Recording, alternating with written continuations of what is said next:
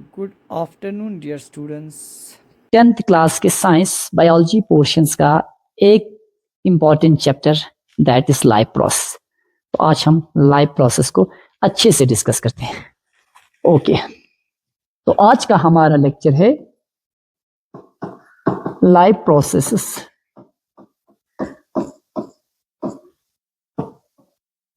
ये class 10th biology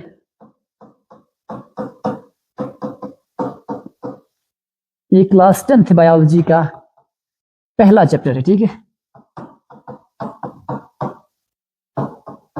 class 10 biology का पहला चैप्टर तो लाइफ प्रोसेस। तो सबसे पहले मैं आप लोगों को डिस्कस करूंगा कि लाइफ प्रोसेस किसे कहते हैं। सबसे पहले मैं लिखूंगा आपको लाइफ प्रोसेस का डेफिनेशन कि लाइफ प्रोसेस किसे कहते हैं, लाइफ प्रोसेस क्या होते हैं और लाइफ प्रोसेस में कौन कौन से प्रोसेस इन्वॉल्व होते हैं। तो सबसे पहले अगर हम डेफिनेशन लिखें तो लाइफ प्रोसेस क्या,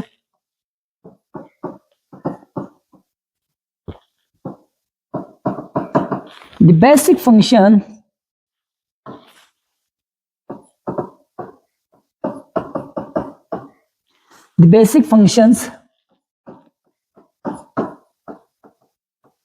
performed by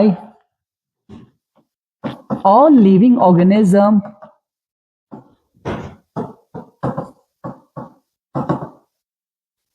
the basic functions performed by all living organism in order to sustain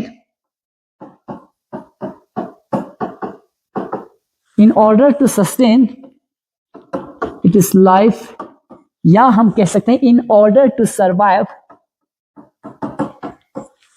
and to maintain its body part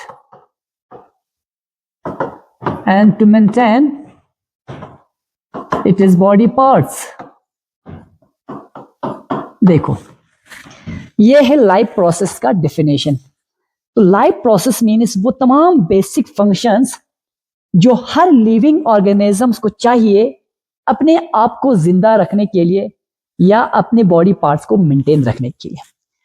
जितने भी लिविंग ऑर्गेनिज्म इस यूनिवर्स में, इस अर्थ में मौजूद हैं, इवन ए स्मॉल वायरस से लेकर एक बैक्टीरिया से लेकर एक ब्लू व्हेल तक, एक एलिफेंट तक, एक यूकलिप्टस ट्री तक, बड़े बड़े प्लांट्स तक, जितने भी लिविंग ऑर्गेनिजम्स की कैटेगरी में आते हैं, उन तमाम लिविंग ऑर्गेनिजम्स को अपने आप को जिंदा रखने के लिए जिन प्रोसेस की जरूरत होती है और अपने बॉडी पार्ट्स को मेंटेन रखने के लिए जिन जिन प्रोसेस की जरूरत होती है, उन्हें हम कहते हैं लाइफ प्रोसेस।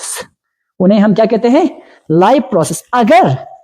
अगर वो living organism in life process में से किसी एक लाइफ प्रोसेस का अगर यानी बंद कर दें प्रोसेस, तो वो ऑर्गेनिज्म जिंदा नहीं रह सकते। ये हुआ लाइफ प्रोसेस। अब उसके बाद देखो कौन कौन सी प्रोसेस जो है वो बेसिक लाइफ प्रोसेस में आते हैं। The basic life processes R S. देखो, मैं साथ साथ लिखवा रहा हूं ताकि आप इस वीडियो लेक्चर से कंप्लीट नोट भी बना सकते हो। ठीक है, the basic life process are, number 1, nutrition. हर living organisms, even a simple virus से लेकर बैक्टीरिया से लेकर बड़े बड़े ऑर्गेनिजम्स तक, ब्लू व्हेल तक, हर ऑर्गेनिज्म जो भी इस अर्थ में मौजूद है यूनिवर्स में, उन सबको जिंदा रहने के लिए बेसिक चीज क्या चाहिए? न्यूट्रिशन चाहिए। बेसिक क्या चाहिए? न्यूट्रिशन। अगर किसी भी ऑर्गेनिजम्स ने इस न्यूट्रिशन का प्रोसेस दिखाना बंद किया तो वो ऑर्गेनिज्म जिंदा नहीं रहेगा। एक चीज। दूसरा, ये न्यूट्रिशन उसके बॉडी को मेंटेन रखने के लिए, उनकी बॉडी में हर एक केमिकल रिएक्शंस को परफॉर्म करने के लिए चाहिए। तो सबसे पहला न्यूट्रिशन बेसिक लाइफ प्रोसेस है, क्योंकि अगर किसी भी ऑर्गेनिज्म ने न्यूट्रिशन का प्रोसेस नहीं दिखाई तो वो ऑर्गेनिज्म सर्वाइव नहीं कर पाएंगे। दूसरा, रेस्पिरेशन एंड मेटाबॉलिज्म। ठीक है, रेस्पिरेशन भी लिखा तो मैंने कंप्लीट मेटाबॉलिज्म लिखा। ठीक है, रेस्पिरेशन एंड मेटाबॉलिज्म, या सिंपली हम लिख सकते हैं metabolism, because respiration is a process of metabolic activity. तो मेटाबॉलिज्म किसे कहते हैं? Metabolism sum of chemical reactions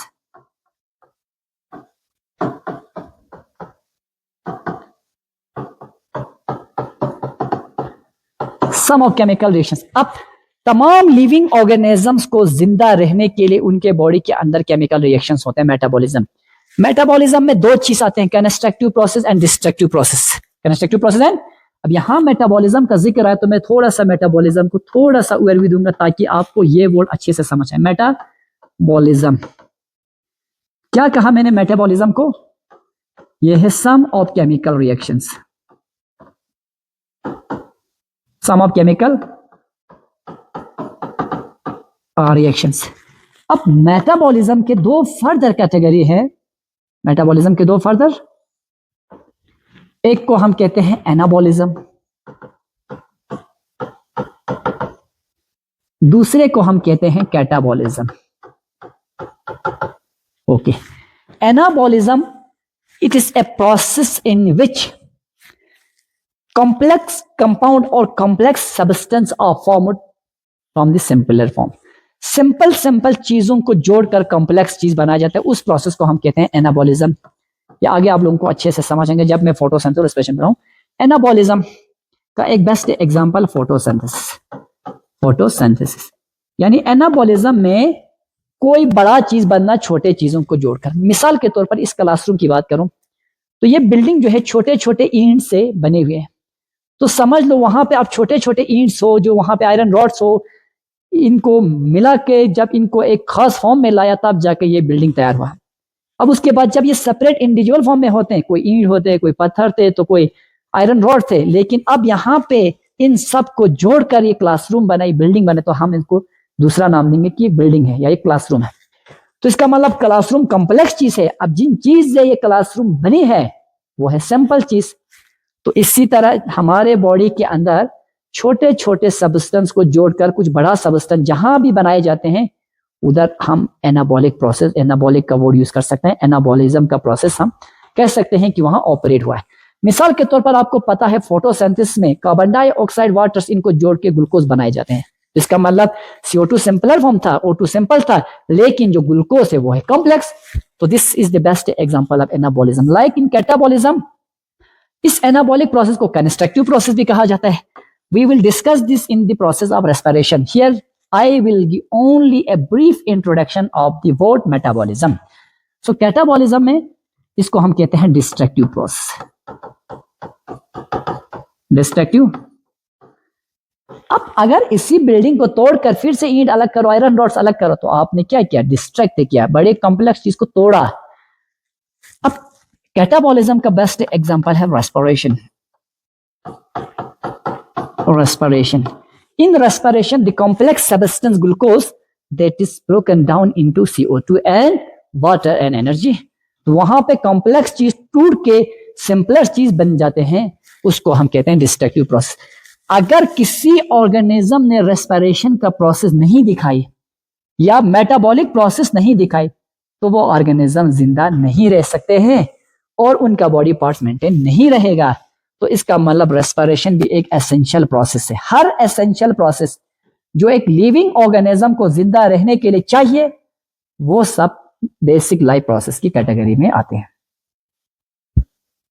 दो तो हमने पढ़ा बेसिक लाइफ प्रोसेस में, न्यूट्रिशन, रेस्पिरेशन। अब तीसरा देखो, तीसरा और एक चीज मैं यहां डिस्कस करूंगा रेस्पिरेशन में।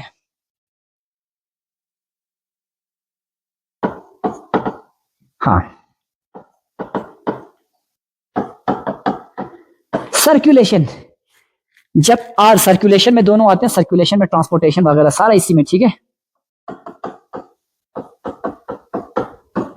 तो जब आपके बॉडी में सर्कुलेट नहीं होंगे, यानी जब आपके बॉडी में एनर्जी एक सेल से दूसरे सेल से ट्रांसफर नहीं होंगे, वो में वेस्ट मटेरियल बॉडी सेल से बाहर निकलेंगे, वहां पे जब ये ट्रांसपोर्ट सिस्टम जब हार्ड नहीं रहेगा, ब्लड पंपिंग नहीं करेंगे, तो कोई भी ऑर्गेनिज्म जिंदा नहीं रह सकते। तो सर्कुलेशन भी बहुत जरूरी है एक ऑर्गेनिज्म को जिंदा रखने के लिए। उसके बाद एक्सक्रीशन। हर लिविंग ऑर्गेनिजम्स को एक्सक्रीशन का प्रोसेस दिखाना पड़ता है। To removal the nitrogenous waste material, hazardous waste material को बाहर निकालने के लिए एक्सक्रीशन दिखाना पड़ता है। अब एक्सक्रीशन के लिए अलग ऑर्गन से ये डिपेंड करता है उस ऑर्गेनिज्म की कॉम्प्लेक्सिटी पे। इसका मतलब एक्सक्रीशन भी एक बेसिक लाइफ प्रोसेस है। अगर इनमें से रेस्पिरेशन, उसके बाद number 5 control and coordination. Control and coordination, यानी अब हर लिविंग ऑर्गेनिज्म के में एक कंट्रोल सिस्टम चाहिए जो तमाम बॉडी ऑर्गन्स के फंक्शंस को कंट्रोल करे और उनको सिस्टमेटिक तरीके से चलाए। तो हमारे बॉडी में या किसी भी लिविंग के ऑर्गेनिजम्स के बॉडी को चलाने के लिए कंट्रोल सिस्टम चाहिए, ब्रेन चाहिए, नर्वस सिस्टम चाहिए। तो अगर ये नहीं होगा तो ये तमाम प्रोसेस जो है सिस्टमेटिक तरीके से नहीं होगा। हार्ट चाहे तो पंप करेगा, नहीं चाहे तो बंद करेगा। तो इनको सही तरीके से सिस्टमेटिक तरीके से चलाने के लिए एक कंट्रोल एंड कोऑर्डिनेशन सिस्टम चाहिए, वो भी एक बेसिक लाइफ प्रोसेस है। अब उसके बाद मैं आपसे एक सवाल पूछता हूं, क्या रिप्रोडक्शन जो है वो बेसिक लाइफ प्रोसेसेस में आते हैं? क्या रिप्रोडक्शन बेसिक लाइफ प्रोसेस है? यस और no? No, reproduction is not a basic life process. Reproduction is not a basic life process because अगर कोई ऑर्गेनिज्म या कोई इंडिविजुअल एक पर्टिकुलर स्पीशीज का रिप्रोडक्शन का प्रोसेस परफॉर्म नहीं करेगी, क्या वो जिंदा नहीं रहेगा? अगर किसी ने रिप्रोडक्शन नहीं दिखाई, अगर कोई यानी शादी करना ही नहीं चाहते, तो क्या उससे वो मर तो नहीं जाएंगे? तो कोई भी इंडिविजुअल एक पर्टिकुलर स्पीशीज का रिप्रोडक्शन के बगैर भी जिंदा रह सकते हैं। तो मैंने पहला कंडीशन क्या लिखा था? बेसिक लाइफ प्रोसेस उनको कहते हैं जो जिंदा रहने के लिए जरूरी है, जो जिंदा रहने के लिए जरूरी है। अगर रिप्रोडक्शन के बगैर वो इंडिविजुअल जिंदा रह सकते हैं और उनका बॉडी पार्ट्स पे कोई प्रोसेस में खलल नहीं आती, तो रिप्रोडक्शन बेसिक लाइफ प्रोसेस नहीं है। तो इसका मतलब reproduction is not generally a basic life process because any individual of a species live comfortably their life, बस उसका नस्ल नहीं बढ़ेगा। अगर वो रिप्रोडक्शन नहीं दिखाएंगे तो उसका नस्ल नहीं बढ़ेगा, लेकिन वो खुद तो आराम से अपनी पूरी जिंदगी जी सकते हैं।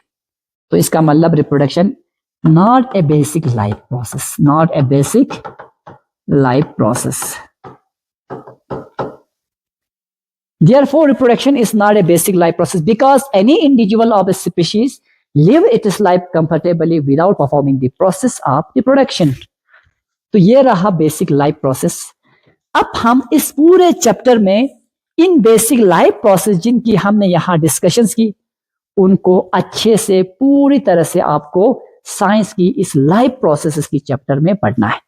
तो हर कोई स्टार्टिंग से लेकर एंड तक पूरा कंसंट्रेशन बनाए रखे और हर एक चैप्टर का बराबर में प्रॉपरली यहाँ पर लिख भी रहा हूं, उससे आप नोट भी बना सकते हो, ठीक है। उसके बाद हम लाइफ प्रोसेस में से पहला पार्ट उठाते हैं, दैट इज न्यूट्रिशन। ओके,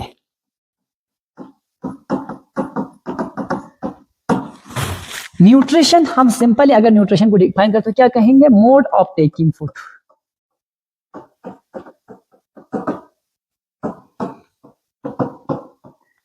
खाना खाने के आदाब, खाना खाने के तरीके, खाना खाना यानी टेकिंग फूड, खाना हासिल करना, उसी को हम कहते हैं न्यूट्रिशन। न्यूट्रिशन के बेसिस पे तमाम लिविंग ऑर्गेनिजम्स को कैटेगराइज किया है दो मेजर ग्रुप्स में। दो मेजर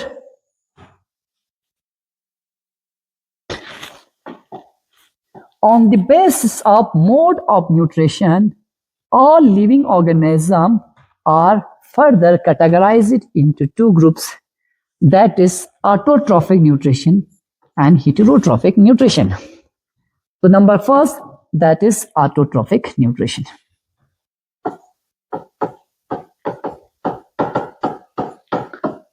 Autotrophic nutrition किस तरह से खाना हासिल करते हैं उसके बेस पे दुनिया के तमाम लिविंग ऑर्गेनिजम्स को दो मेन कैटेगरीज में डिवाइड किया, that is autotrophic nutrition,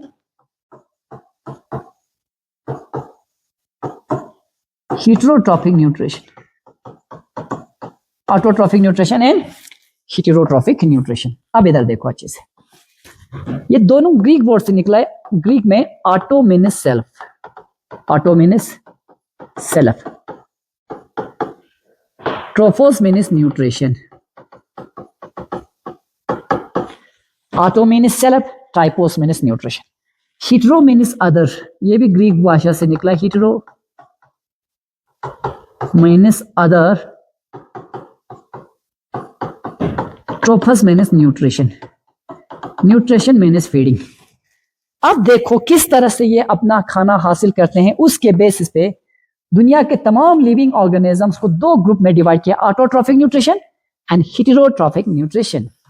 Autotrophic nutrition, it is a mode of nutrition in which living organism prepare their own food. अब इस ग्रुप में वो तमाम ऑर्गेनिजम्स हैं जो अपना खाना खुद हासिल करते हैं। तो यहां पे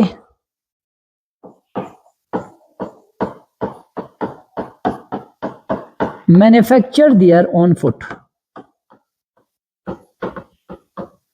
ऑटोट्रॉफिक में कौन से ऑर्गेनिजम्स आते हैं? जो अपना खाना हासिल करते हैं, या कह सकते हो प्रिपेयर देयर ओन फूड। अब इसमें डिराइव्स इट इज फूड, तो यहां पे हम लिखते हैं can not prepare, can not manufacture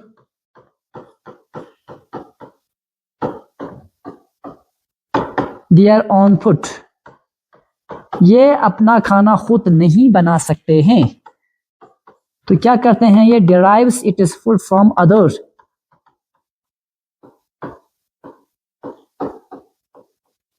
derives it is food from other organisms.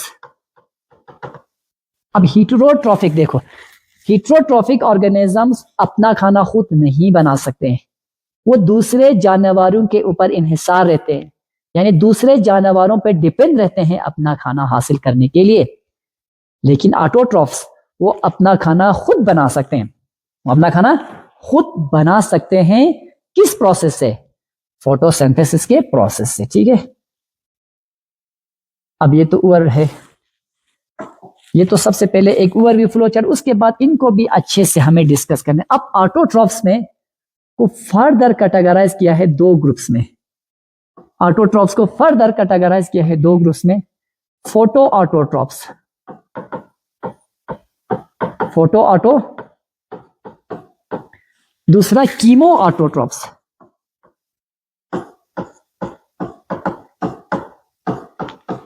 अब ये कैटेगराइजेशन किसके बेसिस पे क्या है? It is based on the mode of energy sources which are used for the process of nutrition. अब देखो organisms को, autotrophic organism को फर्दर दो और कैटेगरी में डिवाइड किया, किसके बेस पर? कि सोर्स ऑफ एनर्जी क्या है। ये ऑर्गेनिज्म अपना खाना हासिल करने के लिए कौन सी सोर्स ऑफ एनर्जी यूज करते हैं? तो इसका मतलब ये जो फोटो ऑटोट्रॉफ्स होते हैं ये यूज करते हैं sunlight as energy. Photo means light, photo means light, तो ये क्या करते हैं?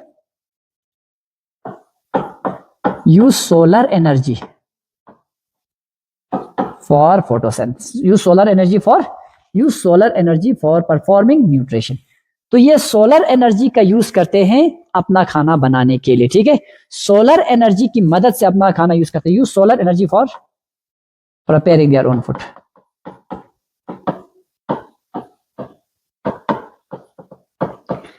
तो ये यूज करते हैं, डिराइव्स एनर्जी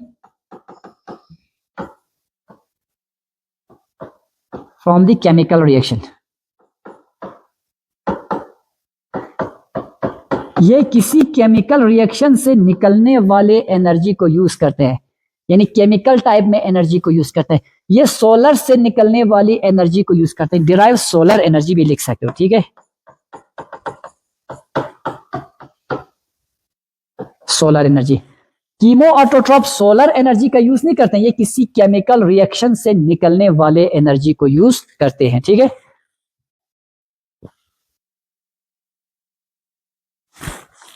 अब इधर देखो इनका एग्जाम्पल, तो ये सन एनर्जी को यूज करते हैं, ये किसी केमिकल रिएक्शन से निकलने वाली एनर्जी को यूज करके अपना खाना बनाते हैं, इसीलिए इनको हम कहते हैं कीमो ऑटोट्रॉफ्स।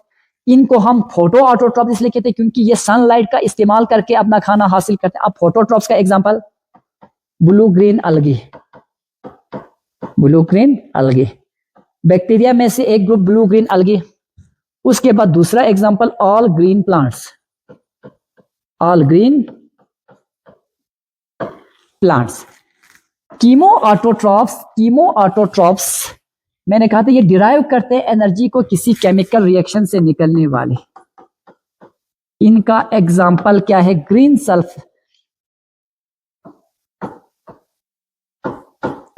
सल्फर बैक्टीरिया है, ठीक है। पर्पल आयरन बैक्टीरिया है, आयरन बैक्टीरिया है, आयरन बैक्टीरिया है। Nitrifying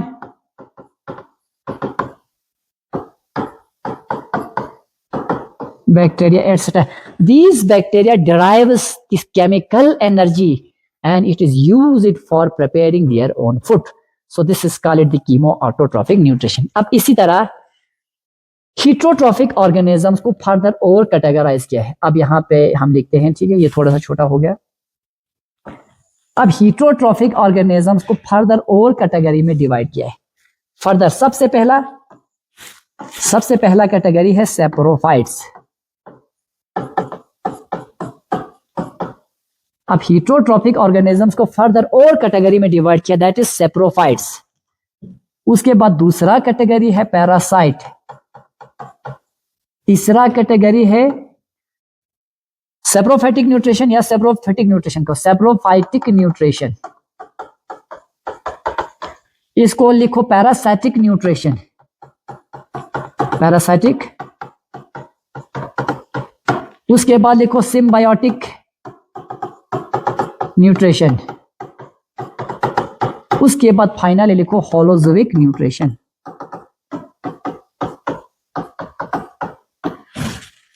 The heterotrophic mode of nutrition is further sub-categorized into 4 groups. That is saprophytic nutrition, parasitic nutrition, symbiotic nutrition, and holozoic nutrition. Saprophytic nutrition, parasitic nutrition, symbiotic nutrition, and holozoic nutrition. अब यहां पे हमारा पूरा overview complete हुआ कि हमें nutrition में क्या क्या पढ़ना है। आपको भी पूरा आइडिया आ जाएंगे कि हमें क्लास 10 के लिए साइंस में किस तरह से पढ़ना है और क्या पढ़ना है। सबसे पहले बेसिक लाइफ प्रोसेस का डेफिनेशन, उसके बाद न्यूट्रिशन में ऑटोट्रॉफिक और हीटरोट्रॉफिक। ऑटोट्रॉफ्स के बाद फर्दर 2 कैटेगरी, फोटो ऑटोट्रॉफ्स और कीमो ऑटोट्रॉफ्स। अब उसके बाद हीटरोट्रॉफ्स में 4 और group, saprophytic, parasitic, symbiotic and holozoic. Briefly हमें पढ़ना है। उसके बाद यहाँ ये आपको पढ़ना है फोटो ऑटोट्रॉफ्स। अब हम पढ़ेंगे ऑटोट्रॉफिक मोड ऑफ न्यूट्रिशन को थोड़ी सी डिटेल में। यहां तक चीजें समझ आए, क्लियर है, कोई डाउट? उसके बाद आते हैं हम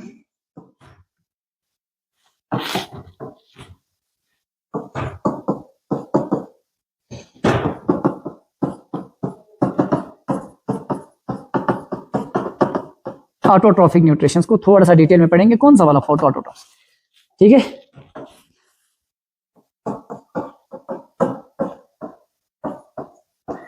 It is a mode of nutrition in which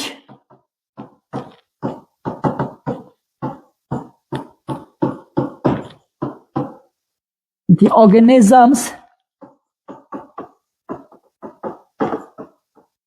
prepare their own food. तो ये वो न्यूट्रिशन है जिनमें ऑर्गेनिज्म जो है अपना खाना हासिल करते हैं, प्रिपेयर देयर ओन फूड, ठीक है। तो ऑटोट्रॉफ्स का हम example, food by the process of photosynthesis, photo. अब देखो, जिस प्रोसेस के जरिए ये ऑटोट्रॉफिक ऑर्गेनिज्म अपना खाना बनाते हैं उस प्रोसेस को हम कहते हैं फोटोसिंथेसिस। जिस प्रोसेस के जरिए लिविंग ऑर्गेनिज्म अपना खाना बनाते हैं उसको हम कहते हैं फोटोसिंथेसिस। तो हमें फोटोसिंथेसिस को भी पढ़ना होगा। अब उसके बाद हमारा नेक्स्ट हेडिंग होगा photosynthesis.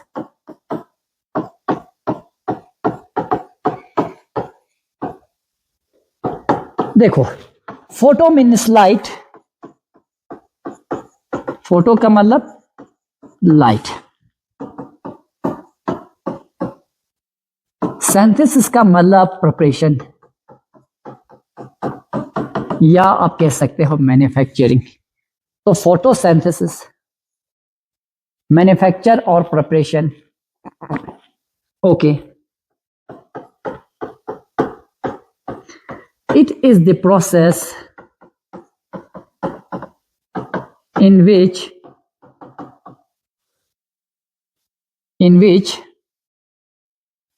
it is the process in which the organism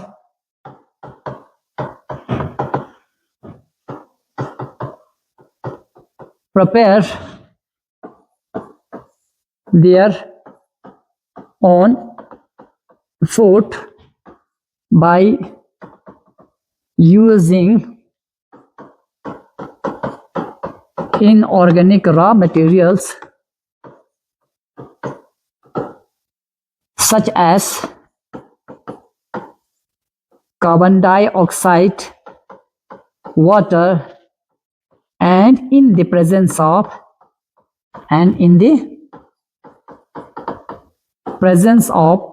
sunlight and chlorophyll.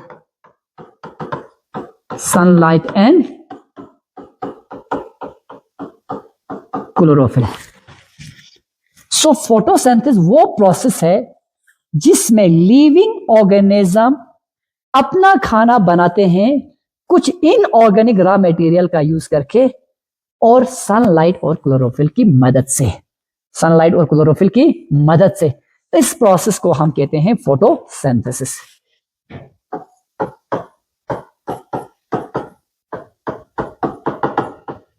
देखो फोटोसिंथेसिस का हम ओवरऑल रिएक्शन दिखाएंगे कि फोटोसिंथेसिस में क्या होता है। फोटोसिंथेसिस में हमें चाहिए carbon dioxide plus water in the presence of, मैंने क्या कहा था, किसकी प्रेजेंस में, in the presence of sunlight and chlorophyll. तो उसकी मदद से क्या बनते हैं नया product, C6H12O6 glucose plus oxygen. अब हम इस रिएक्शन को बैलेंस करते हैं। तो सबसे पहले यहां पे कार्बन 6 है, तो इस कार्बन को 6 रखने के लिए हमें यहां आगे 6 करेंगे रिएक्शन को बैलेंस करके। देखो कार्बन 6 हुआ, ऑक्सीजन तो यहां पे 2 है, 2 6 12, तो यहां पे तो खाली 6 ही है, तो अब हम यहां पे भी लगाएंगे 6 टाइम्स O2। हाइड्रोजन 12 है, यहां तो 2 ही है, तो आगे 6 लगो, 2H2, 2 इंटू 6 12, तो हाइड्रोजन भी बैलेंस हो गया, 2 6 12। ऑक्सीजन देखो यहां पे 6 यहां पे 12, टोटल ऑक्सीजन 18, टोटल ऑक्सीजन 18, तो हमारे पास ऑप्शन कितने, 6 यहां पे है, 12 यहां पे 18, तो हमारा रिएक्शन फुली क्या हुआ, बैलेंस हुआ। अब ये इनऑर्गेनिक मटेरियल चाहिए, कार्बन डाइऑक्साइड चाहिए, इनको किसकी फॉर्म में होते हैं, ये G का मतलब गैसेस की फॉर्म में, वाटर किसकी फॉर्म में होते हैं, ये L लिक्विड की फॉर्म में। उसके बाद उनको चाहिए सनलाइट,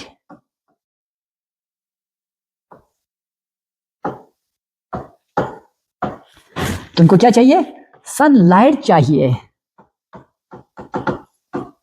और क्लोरोफिल मॉलिक्यूल चाहिए इन लाइट को एब्जॉर्ब करने की।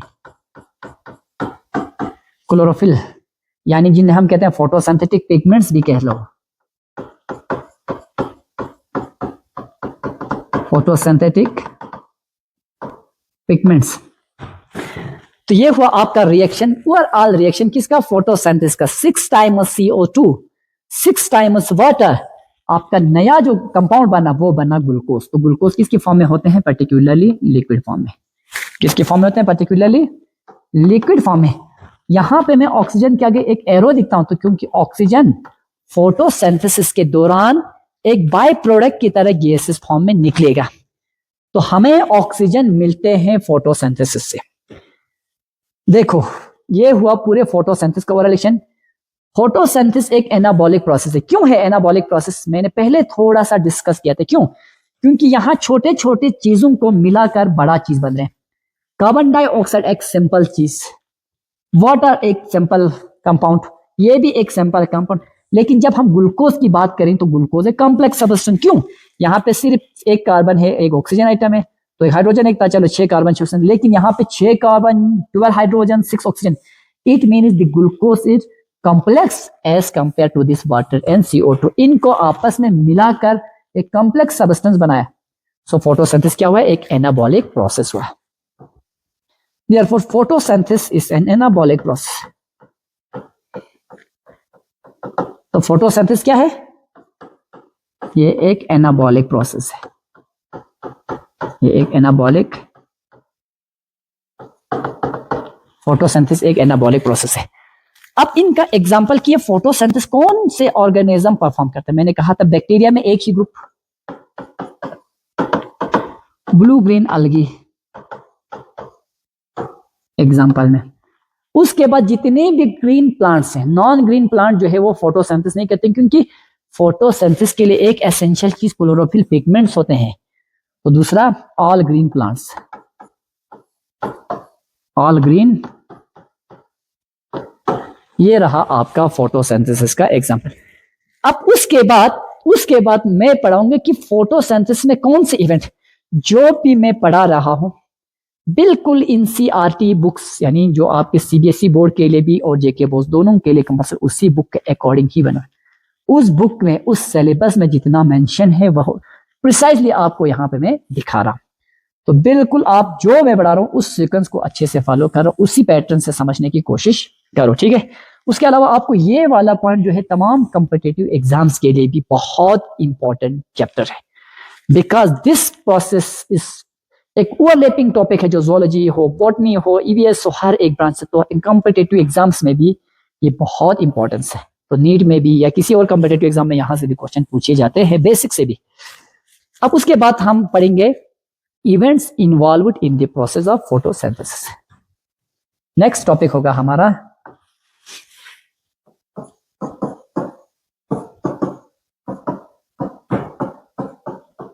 इवेंट्स इन्वॉल्व्ड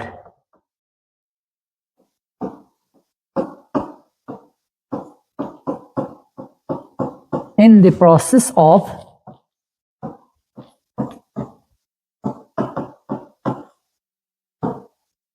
फोटोसिंथेसिस, यानी फोटोसिंथेसिस के प्रोसेस में कौन सी इवेंट्स इन्वॉल्व होते हैं, ये हमारा टॉपिक है। अब इसको भी अच्छे से समझने की कोशिश करो। देखो बिल्कुल पॉइंट वाइज में लिखवाऊंगा, पॉइंट वाइज में लिखवाऊंगा। पहला पॉइंट देखो, सबसे पहला पॉइंट फोटोसिंथेसिस में क्या होते हैं,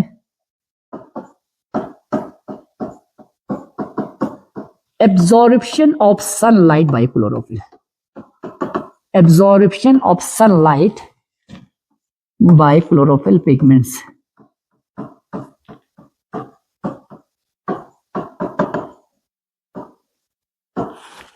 सबसे पहला इवेंट जो यानी फोटोसिंथेसिस में होते हैं वो सूरज की रोशनी को एब्जॉर्ब करना। उसको एब्जॉर्ब करने के लिए प्लांट्स में क्या है, देखो मैं यहां एक प्लांट्स बनाता हूं, ये समझ लो इसके रूट्स पार्ट्स है जो सॉइल्स के नीचे है, जो पर्टिकुलरली सॉइल्स। अब उसके बाद ये प्लांट्स के ग्रीन पत्ते, leaf part,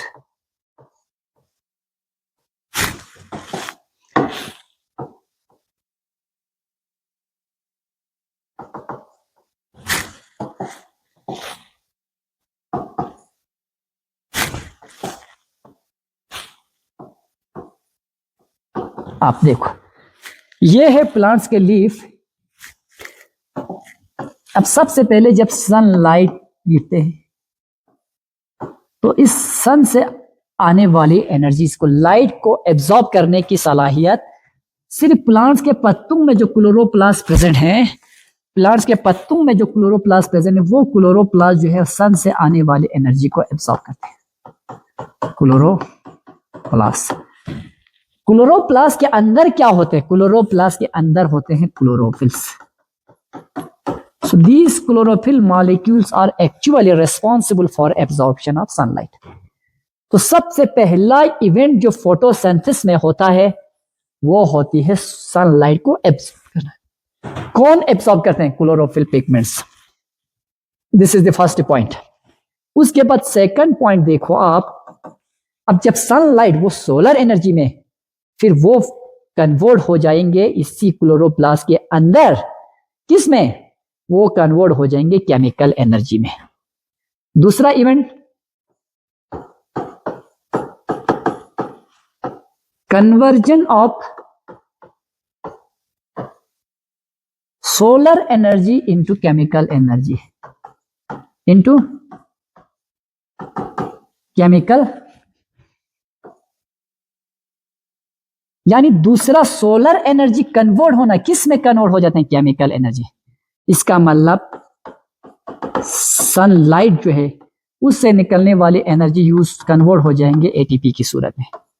solar energy convert होगा किस में? एटीपी। एटीपी क्या है? केमिकल एनर्जी है। एटीपी क्या है? ये केमिकल एनर्जी। सनलाइट क्या है? ये सोलर एनर्जी। सोलर। एटीपी का फुल फॉर्म किसी को पता है? ATP adenosine triphosphate. Adenosine triphosphate.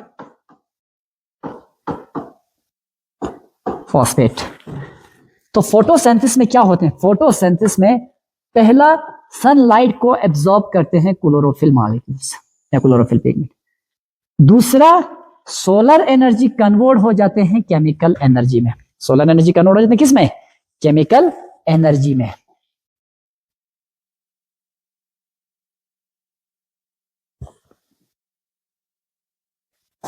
अब उसके बाद नंबर थर्ड इवेंट देखो फोटोसिंथेसिस का। नंबर थर्ड,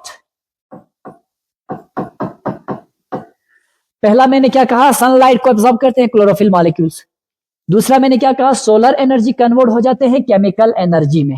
केमिकल एनर्जी में। अब उसके बाद तीसरा इवेंट देखो। तीसरा event photolysis of water. Photolysis of water यानी फोटोलाइसिस ऑफ मैंने सनलाइट की मदद से वाटर स्प्लिट हो जाते हैं।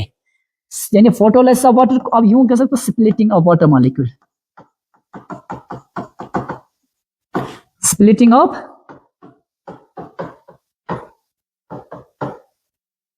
Water molecules. सनलाइट की मदद से एक तो यानी वाटर की स्प्लिटिंग होती है, तो इसका मतलब H2O है वाटर, ब्रेक हो जाते हैं किस में? H2NO2 में, H2 प्लस O2 में।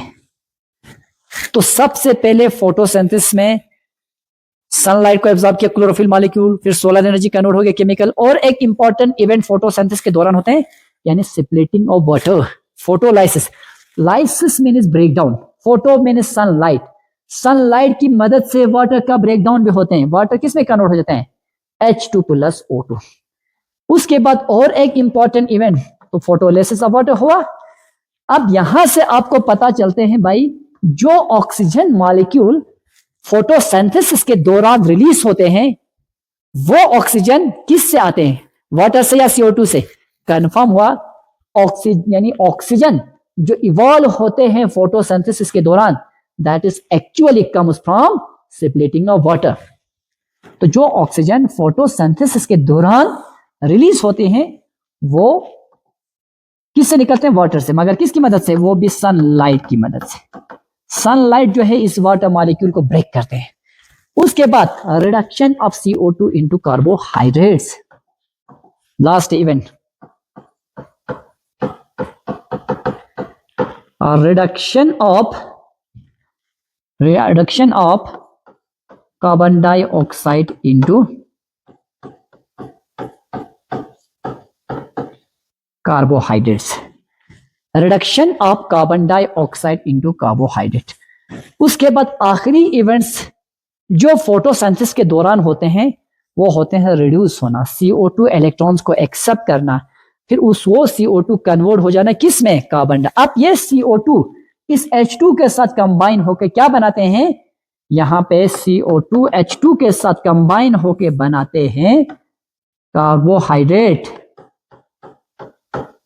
यानी ग्लूकोज वगैरह बनाते हैं। तो this is the sample and overview events of the process of photosynthesis.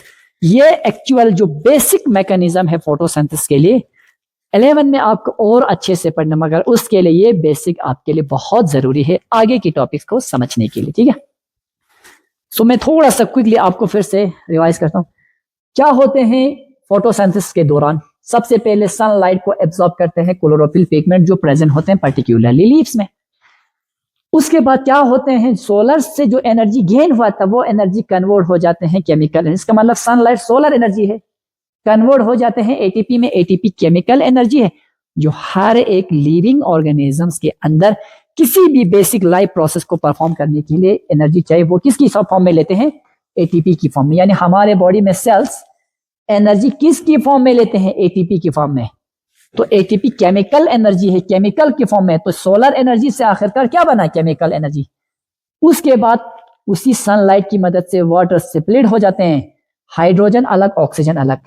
फिर वो ऑक्सीजन जो है बाय प्रोडक्ट की सूरत में फोटोसिंथेसिस के दौरान बाहर गैस की फॉर्म में रिलीज होता है। अब बचता है हाइड्रोजन, फिर वो हाइड्रोजन कार्बन डाइऑक्साइड के साथ कंबाइन होके ग्लूकोज बनाते हैं। अब आगे मैं पढ़ाऊंगा कि एक्चुअल फोटोसिंथेसिस का साइट ऑफ फोटोसिंथेसिस जो आपके सिलेबस में भी मेंशन है। हमें लीफ का स्ट्रक्चर पढ़ना है, एपिडर्मिस कहाँ है, मेसोफिल कौन से पार्ट्स में लीफ होते हैं, फिर सिटोमेटा। अब देखो यहां से सनलाइट आ रही। दूसरा मैंने कहा फोटोसिंथेसिस के दौरान आपको क्या चाहिए, वाटर चाहिए, कार्बन डाइऑक्साइड चाहिए, वाटर चाहिए, CO2 चाहिए। अब नेक्स्ट में पढ़ाऊंगा कि प्लांट्स कार्बन डाइऑक्साइड कहां से लेते हैं, वाटर कहां से लेते हैं। ठीक है, ओके। तो आज हम अपना लेक्चर यहीं पे ख़त्म करते हैं। कल हम इससे आगे कंटिन्यू करेंगे। चैनल को सब्सक्राइब कीजिए और अपने दोस्तों को शेयर कीजिए ताकि वो भी फ़ायदा उठा सके। Thank you.